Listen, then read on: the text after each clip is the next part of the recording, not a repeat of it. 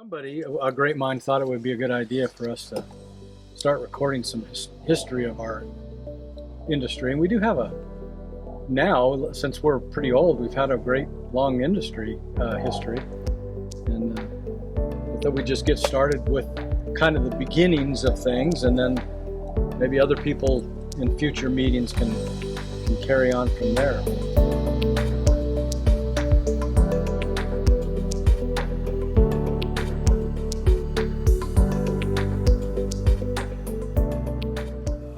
I wish I could have seen their place, just to see what did things look like back in 1940.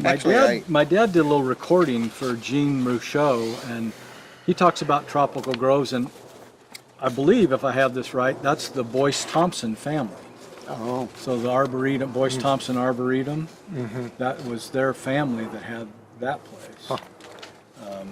So there's some, Norman's Nursery was prominent back, I remember them still being around.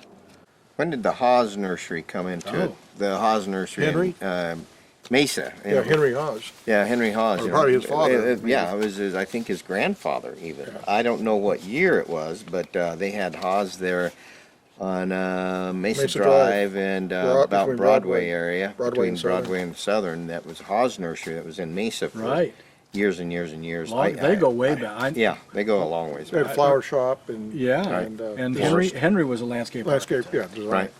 You remember when the truck from L.E. Cook or whoever you bought your bear, they'd roll up, back that truck in, and you took bundles after bundles after bundles of bare root, shade tree, all kinds of shade trees. What were their names of some of their stores? Ralph had Catalina Heights Nursery. Yeah, I remember that. And Jim Hostetter, he was a landscape architect. He just had a small little nursery.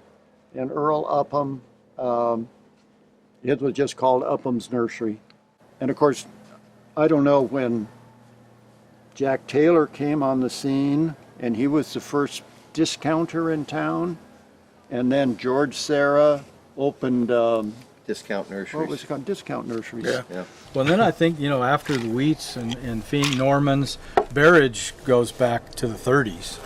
Yes. That's right. So, and they're still operating. So they're probably the oldest continuous operating nursery we have. Yeah.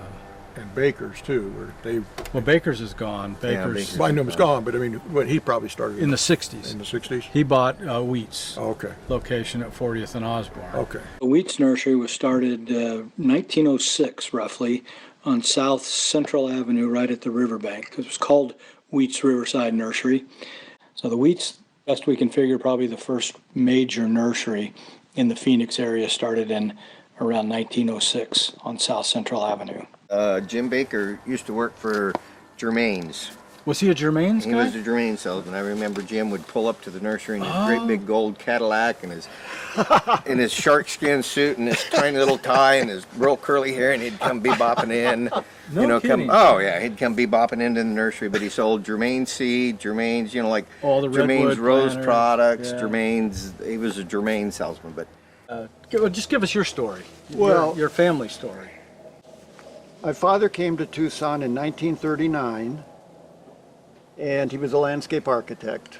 And so from 39 until 52, he did landscape design and installation. And then in 52, he leased a spot that already had a couple of lath houses. And so really my memories of the retail part of the business started around 1952. And get the Treeland story. Well, basically my dad just was growing plants this was before I was born even, but he was just growing stuff as a hobby in the backyard, And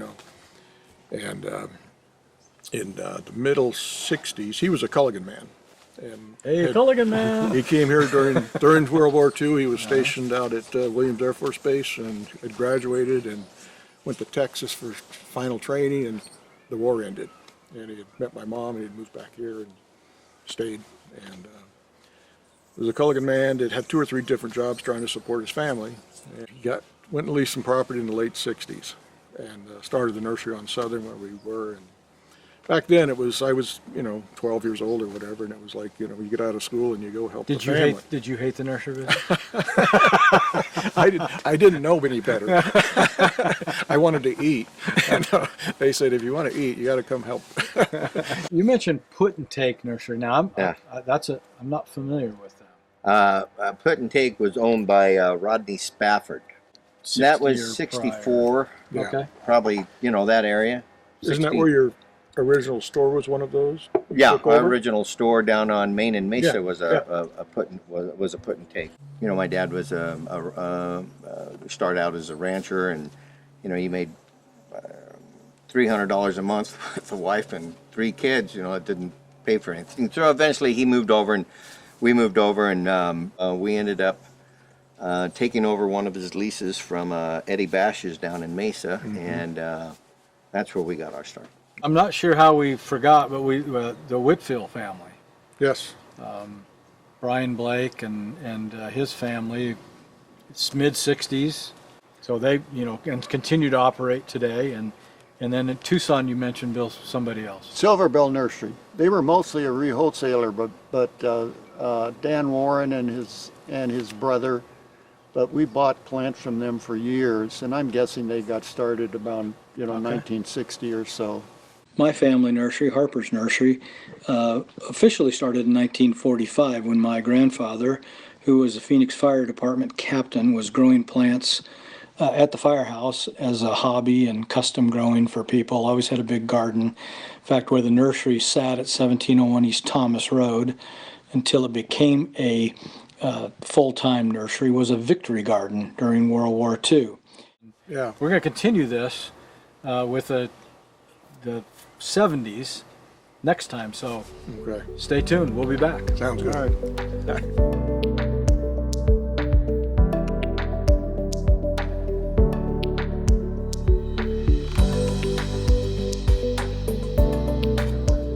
And I was watering at the nursery, and I got fired because I wasn't doing a good job. I think all of us got fired at least once.